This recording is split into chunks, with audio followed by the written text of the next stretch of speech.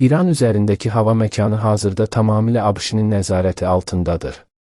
Bu barədə Amerika Birləşmiş Ştatlarının prezidenti Donald Trump bildirib. İndi İran səmasında tam nəzarətimiz var. İranın yaxşı müşahidə avadanlığı və digər müdafiə imkanları var idi. Lakin bu, ABŞ-nin silahları ilə müqayisədə heç bir şey deyil, Trump qeyd edib.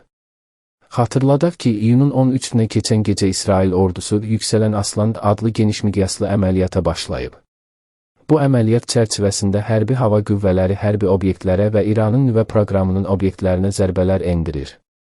İsrail hərbi hava qüvvələri İranın müxtəlif bölgələrində, o cümlədən Tehranda bir neçə dəfə hücumlar həyata keçirib və burada İran Silahlı Qüvvələrinin Baş Qərargah rəisi və İslam İnqilabı Keşikçiləri Korpusunun komandiri də daxil olmaqla bir neçə yüksək rütbəli İranlı hərbçi, həmçinin bir sıra nüvə alimləri həlak olub. Ölkədəki bir neçə nüvə obyekti, o cümlədən Natanz və Fordoda, həmçinin İranın ölkənin müxtəlif bölgələrindəki hərbi mövqeləri də vurulub.